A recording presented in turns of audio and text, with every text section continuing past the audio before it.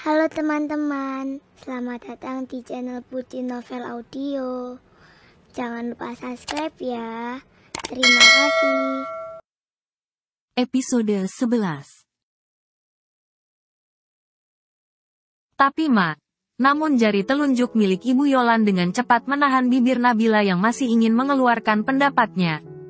Kamu tenang saja, Arif tidak akan marah, sambung beliau lagi. Sini mama ajarin cara membayarnya. Ibu Yolan mulai mengajari Nabila cara menggunakan kartu sakti miliknya. Gampang kan sayang, seru Ibu Yolan. Iya ma, jawab Bila. Ini adalah kali pertamanya dia menggunakan kartu ATM. Selama hidup di kampung, dia sama sekali belum pernah melakukan pembayaran menggunakan kartu debit. Makanya Bila terlihat sangat grogi memegang kartu sakti unlimited pemberian suami dadakan. Setelah menyelesaikan acara pembayaran semua belanjaan mereka, Ibu Yolan kali ini mengajak Nabila untuk menarik tunai jatah uang bulanan pemberian suaminya. Bagaimana, bisa nggak? Tanya Ibu Yolan setelah mengajari langkah-langkahnya. Bila coba sekali lagi ya ma, biar nggak lupa, jawab Bila melangkah maju. Ya sudah, kamu coba saja sampai lancar, ujar Ibu Yolan. Bila mulai menekan satu persatu tombol yang ada di kotak mesin ATM itu. Walaupun masih canggung akhirnya Bila bisa menyelesaikannya sendiri tanpa bantuan dari mama mertuanya. Bila bisa ma, seru Bila sambil memeluk tubuh-tubuh Ibu Yolan. Ya sayang, tapi ambil dulu kartu kamu, jangan sampai lupa mengambilnya dan akhirnya ketinggalan, jawab Ibu Yolan sambil tersenyum. Terima kasih ma, sudah mau mengajari Bila, ucap Bila. Sama sayang. Jika ada yang ingin kamu tanyakan langsung saja tanya sama mama. Dengan senang hati mama akan mengajari kamu, balas Ibu Yolan terlihat sangat tulus. Bila adalah wanita beruntung yang ada di dunia ini. Menikah dengan pengusaha sukses. Tinggal di rumah mewah. Baju yang dia pakai bagus-bagus. Dan mendapatkan mertua yang serasa seperti ibu kandungnya sendiri. Kehadiran Bila di rumah keluarga suaminya benar-benar disambut dengan tangan yang terbuka.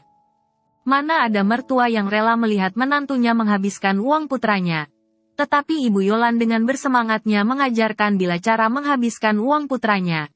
Bahkan beliau sama sekali tidak keberatan jika Bila belanja dengan jumlah yang fantastis. Berbeda sekali dengan sikap beliau kepada Naima. Satu harian penuh ini Bila menghabiskan waktunya bersama mama mertua. Tidak ada sedikit pun kecanggungan di antara mereka berdua. Walaupun baru bertemu. Tetapi kedua mertua dan menantu ini terlihat dekat dan berinteraksi dengan sangat lepas. Assalamualaikum, ucap Ibu Yolan dan juga Bila secara bersamaan ketika memasuki rumah. Masih sepi, ujar Ibu Yolan melangkah masuk yang diikuti oleh Bila di samping beliau. Kemana Bapak sama Arif Bi? Tanya Ibu kepada asisten rumah tangga yang sedang melintas di depan mereka. Bapak baru saja sampai Nyonya. Kalau dan Arif belum pulang. Jawab Birini yang bertugas di bagian mencuci dan menyetrika pakaian. Sedangkan untuk memasak sudah ada chef khusus yang mereka pekerjakan. Bi Marni dan Bi Aminah hanya bertugas di bagian bersih-bersih. Sesekali juga ikut membantu di bagian dapur. Oh ya sudah, Bibi lanjutkan saja pekerjaannya. Makan malamnya jangan lupa disiapkan ya Bi. Pinta Ibu Yolan dengan lembut. Beliau selalu berkata dengan tutur kata sopan kepada semua para pekerjanya.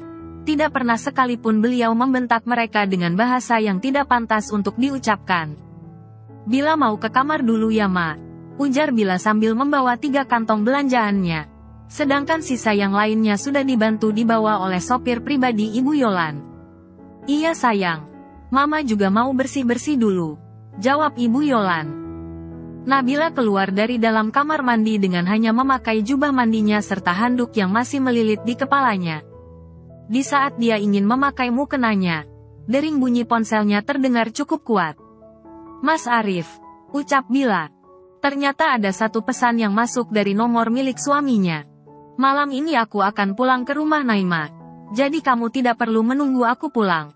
Bunyi pesan masuk yang dikirim oleh suaminya. Tanpa disadari air mata mengalir di pipinya. Nabila mengusap air mata yang terus saja mengalir tanpa bisa dibendung.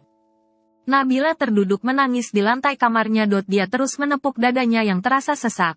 Bohong sekali jika dia tidak merasakan cemburu ketika suaminya bilang ingin pulang ke rumah istri pertamanya. Hatinya berdenyut nyeri tak tertahankan.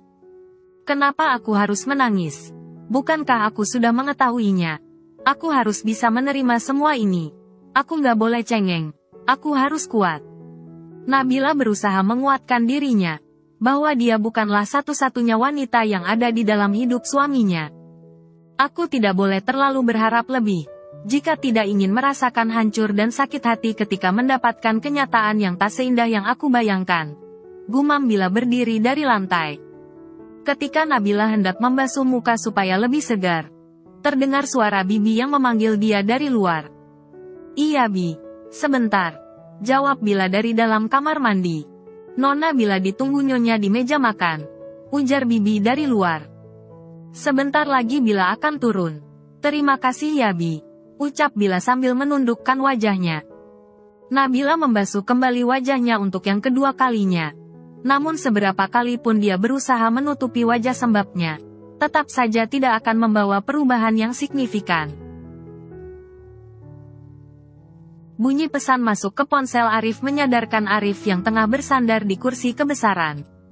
Reno, kenapa dia harus mengirim pesan? Bukankah jarak ruangan dia dan aku tidak terlalu jauh? Gumam Arif penasaran. Semua bukti yang saya punya sudah saya kirim lewat email bos. Semoga bisa membantu Anda sadar dari tidur buruk Anda. Pesan singkat yang dikirim oleh Reno sukses membuat Arif tersenyum masam. Pesan yang diberikan oleh Reno ada benarnya juga.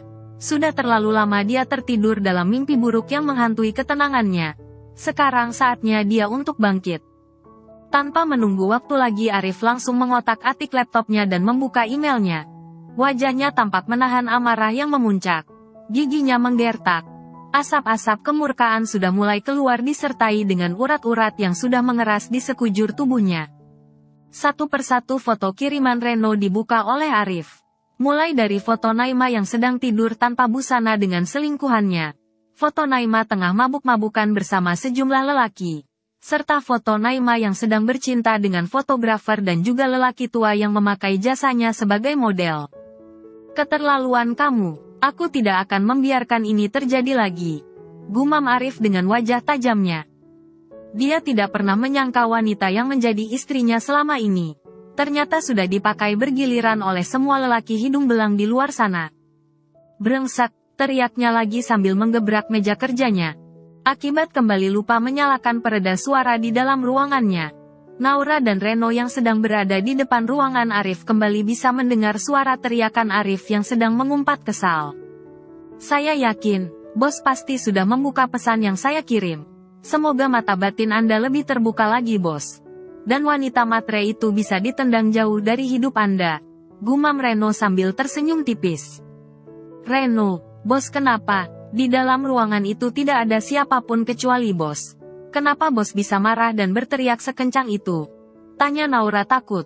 Kakinya bahkan sudah tidak sanggup lagi untuk berjalan kembali ke meja kerjanya. Suara teriakan Arif bagaikan gempa bumi dengan skala yang besar. Reno, kenapa malah senyum-senyum sih? Bikin aku takut aja. Lebih baik kamu masuk ke dalam ruangan bos. Dan lihat keadaan bos di sana.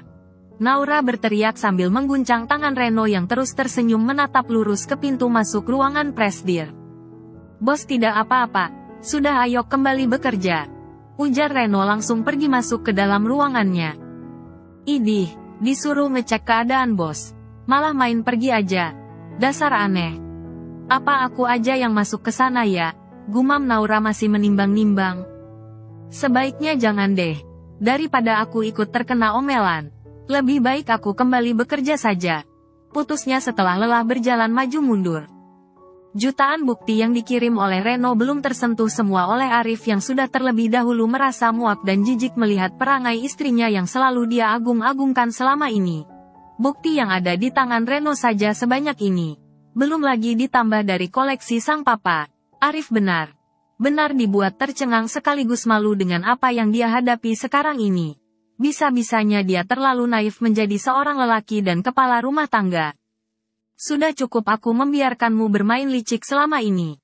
Sekarang giliran aku lagi. Gumamnya sambil meremas buku jarinya yang berdempetan. Hingga sore menjelang, Arif sama sekali belum keluar dari ruangannya.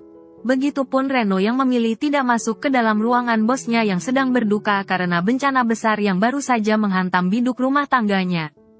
Karena sudah tidak sabar lagi ingin mengakhiri semua drama kepalsuan Naima, Arif bangkit dari kursi dan berjalan menuju keluar dengan tas kerja yang berada di tangannya. "Apa Anda sudah mau pulang, Bos?" tanya Reno ketika berpapasan dengan Arif. "Iya, aku harus segera menemui wanita murahan itu, supaya dia tidak lagi datang ke kantor ini," ucap Arif kemudian langsung melangkah pergi meninggalkan Reno yang sedang mengetik pesan di layar ponselnya. "Tuan, hari ini adalah hari keberuntungan untuk kita semua. Saya sudah mengirimkan semua bukti kenakalan Naima kepada Bos Arif. Itu pun atas perintah Bos langsung, bukan atas desakan dari saya. Sepertinya harapan Tuan Besar akan segera terwujud." Reno sedang bertukar pesan dengan tuan besarnya yang tidak lain adalah papa dari Arif. "Benarkah itu Reno? Jangan sampai ada yang ketinggalan. Kamu kirim semua bukti yang kamu punya. Jika perlu saya juga akan mengirim bukti yang saya punya langsung ke nomor ponselnya Arif. Sudah lama sekali saya menunggu anak saya sadar dari kekeliruannya. Hari ini akhirnya harapan saya terjadi juga. Terima kasih atas bantuannya. Saya jamin hari ini juga kamu akan mendapatkan bonus yang sangat besar." Pak Rizal nampak bahagia sekali mengetahui putranya sudah mengetahui semua tingkah laku Naima jika berada di luar rumah. Bahkan beliau sampai melompat karena saking bahagianya. Sama Tuan Besar. Ini juga berkat kerjasama kita berdua. Saya tidak mengharapkan bonus apapun. Tetapi jika Tuan Besar mau memberinya, saya pun tidak berani menolaknya. Karena semua yang keluar dari mulut Tuan Besar adalah perintah untuk saya, balas Reno sambil tersenyum riang. Saldo tabungannya pasti akan segera bertambah. Tuan Besar tidak akan pernah mengingkari janjinya. Dalam hitungan detik saja, kotak pesan dari tabungannya muncul di layar ponselnya. Reno tersenyum sumringah melihat saldo tabungannya yang bertambah 10 kali lipat dari saldo awal. Ini semua berkat wanita itu. "Terima kasih Tuan Besar," gumam Reno sambil tersenyum memeluk ponselnya. Naura yang berada tidak jauh dari posisi berdirinya Reno, bergidik geli melihat wajah Reno yang tidak berhenti tersenyum dari tadi siang. Karena merasa takut, Naura langsung berlari keluar menuju lift meninggalkan Reno sendirian di lantai 10. "Uangnya sebaiknya aku simpan dulu, untuk biaya nikah kelak jika aku sudah menemukan jodoh yang tepat," gumam Reno yang tidak berhenti menatap layar ponsel dengan jumlah angka yang tidak bisa dihitung lagi. Naima tengah mengerang frustasi di dalam rumahnya. Bukan tanpa alasan. Sejak tadi pagi teman yang meminjamkan uang kepada ia tadi malam tidak berhenti menagih meminta dikembalikan hari ini juga. "Nai, aku mau kamu kembalikan uang aku sekarang juga. Karena aku lagi butuh banget." "Maaf Mei, aku belum bisa balikin sekarang. Karena suami aku lagi nggak ada di rumah. Pokoknya aku nggak mau dengar alasan apapun lagi. Kan kamu bisa minta ditransfer. Apa susahnya sih? Jangan kebanyakan alasan. Atau jangan-jangan selama ini kamu hanya berpura-pura berlagak sok kaya padahal ekonomi sulit. Jaga ucapan kamu ya Mei. Aku memang kaya. Suamiku seorang pengusaha sukses. Mertuaku orang terpandang nomor 1 di kota ini. Terserah kamu saja. Kalau memang keluarga suami kamu kaya, cepat ganti uang aku sekarang juga." Mei langsung mematikan sambungan teleponnya tanpa mau mendengar bualan manis dari mulut Naima. "Sial, dimatikan lagi. Gimana caranya aku bisa menggantikan uang dia? Sementara aku saja tidak memegang uang sedikit pun," gerutu Naima. Belum sempat dia menemukan ide untuk melunasi utangnya, Mei kembali mengirim pesan bernada ancaman kepada dia. "Arg, dia pikir dia siapa bisa mengancam aku seperti itu? Awas kamu!" teriak Naima sambil membanting semua skincare mahalnya ke dinding kamar yang tidak punya salah apapun. "Di mana Naima?" tanya Arif kepada salah satu asisten rumah tangga. "Nyonya ada di kamar Tuan," jawab Bisri sambil menundukkan kepalanya. Arif langsung menuju kamarnya dengan sedikit berlari menaiki anak tangga. Prang! Suara benturan keras kembali terdengar dari dalam kamar yang pernah mereka tempati berdua. "Di mana aku harus mencari uang sebanyak itu? Suami bodoh itu. tidak mau lagi mengirimkan sedikit pun uangnya kepada aku. Bagaimana ini? Naima terus berteriak tanpa sadar jika suami yang dia katai bodoh sedang berdiri di depan pintu mendengarkan semua hinaan yang dia berikan. Kamu benar-benar wanita siluman, gumam Arif sambil menendang kuat pintu kamar yang berdiri kokoh. Brak! Bunyi pintu didobrak paksa oleh Arif begitu kuat menggema ke semua sudut ruangan. Bahkan para asisten yang berada di lantai bawah juga bisa mendengar suara keras itu. Sayang, Naima dibuat gelapan dengan kehadiran Arif yang tiba-tiba saja sudah pulang ke rumah. Dengan perasaan yang tidak menentu Naima menggeser semua barang yang berserakan menggunakan kakinya. Arif tersenyum sinis melihat ekspresi wajah Naima. Apa yang sedang kamu lakukan? Tanya Arif sinis. Aku hanya. Naima dibuat tidak berkutik oleh munculnya sosok suami harta karunnya. Belum siap dia berdandan cantik dan juga seksi. Arif ternyata pulang lebih awal dari yang dia duga. Sial. Kenapa si bodoh ini tiba-tiba saja sudah masuk ke dalam kamar? Dan apesnya lagi aku belum mempersiapkan diri. Kutuk Naima pada dirinya sendiri. Bisa-bisanya dia lupa jika tadi pagi Arif sudah berjanji akan pulang ke rumah ini. Hanya apa? Hanya ingin marah karena tidak dikirim uang oleh suami bodohmu ini. Sindir Arif mengulang kembali ucapan yang dia dengar dari depan pintu. Jelek. Mati aku. Apa dia mendengar semua yang aku ucapkan tadi? Naima semakin gemetar ketakutan. Suara dingin dan muka ketat Arif langsung membuat nyali Naima menciut dan tidak berani muncul lagi. Rahang Arif mengeras pertanda jika dia sedang menahan amarahnya. Jika saja Naima adalah seorang laki-laki mungkin sudah sejak tadi dia menghajar habis orang yang berada di depannya. Jawab, hardik Arif lebih menakutkan lagi. Arif berjalan semakin dekat dengan tubuh Naima. Tas kerja yang ada di tangan kirinya dilemparkan begitu saja hingga membentur ke kaca meja rias yang berada di belakang Naima. Piarer. Satu persatu pecahan kaca itu jatuh berhamburan ke atas lantai. Lagi dan lagi asisten rumah tangga yang sedang berkumpul membicarakan tentang kedatangan sang tuan rumah. Kembali mendengar suara yang begitu keras. Karena pintu kamar memang tidak ditutup rapat oleh Arif. Tidak ada satupun di antara mereka yang berani masuk ke lantai atas. Arif mencengkeram rahang Naima dan mengangkat wajahnya agar mata mereka saling bertemu. Kenapa kamu tidak bisa menjawab pertanyaan aku? Hah, tanya Arif masih dengan sangat emosi. Aku tidak bilang apapun sayang. Kenapa kamu pulang tidak memberitahu aku terlebih dahulu? Naima menjawab dengan kikuk. Wajahnya memerah menahan rasa sakit. Apa hanya ada uang yang ada di dalam otak kamu ini? Kemana uang hasil kamu memamerkan tubuh di depan kamera dan laki-laki itu? Apa tidak cukup juga untuk membiayai kehidupan nakal kamu di luar sana? Sayang, lepasin dulu. Sakit, keluh Naima sambil memegangi pergelangan tangan Arif. Bukannya melepaskan. Yang ada Arif malah semakin menambah kuat cengkraman tangannya. Naima masih terus memanggil Arif dengan panggilan sayang. Membuat Arif semakin muak mendengarnya. Masih bisa bilang sakit, wanita seperti kamu ini tidak seharusnya mengeluh sakit. Karena kamu pantas mendapatkannya. Kenapa kamu berbicara seperti itu kepada aku sayang? Aku ini istri kamu. Tidak sepantasnya kamu memperlakukan aku seperti ini.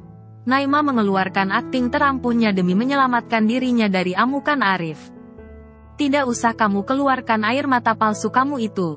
Tidak akan mampu menyelamatkan kamu atas apa yang telah kamu perbuat. Aku bukanlah orang bodoh yang bisa kamu tipu lagi. Arif berbicara seolah akan memakan hidup-hidup orang yang berada di depannya. Tidak ada lagi wajah lembut dan penuh perhatian. Yang tersisa hanyalah amarah dan kekecewaan. Naima menyeka cepat air mata yang susah payah dia keluarkan untuk mengelabui Arif. Belum sempurna dia mengeluarkan semua kemampuannya. Ternyata sudah bisa ditebak duluan oleh mangsanya. Sekarang jawab aku. Apa maksud kamu mengatai aku suami bodoh? Dan kamu kemanakan uang yang selama ini aku kasih? Nafas Arif memburu cepat. Terlihat jelas ada amarah besar yang sedang dia bendung di dalam tubuhnya. Uang itu sudah habis untuk membeli semua keperluan syuting aku. Terus untuk kebutuhan rumah juga. Jawab Naima gelapan. Jangan berani berbohong lagi. Katakan yang sejujurnya, kenapa selalu saja tidak pernah cukup? Apa para lelaki berondongmu itu selalu meminta bayaran mahal ketika mereka berhasil memuaskan hasratmu di atas tempat tidur? Skakmat Arif yang sukses membuat tubuh Naima berguncang hebat. Kenapa dia bisa mengetahui semuanya? Apa Benalu itu sudah melaporkan semuanya kepada bos bodohnya ini? Atau lelaki tua itu yang membocorkannya?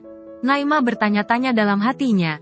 Siapa gerangan yang sudah membuat rahasia besarnya terbongkar nyata di depan pria yang berstatus sah sebagai suaminya? Jawab, bentak Arif dengan berteriak. Aku tidak berbohong sayang. Uang pemberian dari kamu. Aku pergunakan untuk kebutuhan kita. Jawab Naima dengan wajah mengibar. Lalu kenapa tagihan kartu kredit kamu selalu membengkak? Apa juga untuk memenuhi semua kebutuhan kita? Hardik Arif sinis. Iya sayang.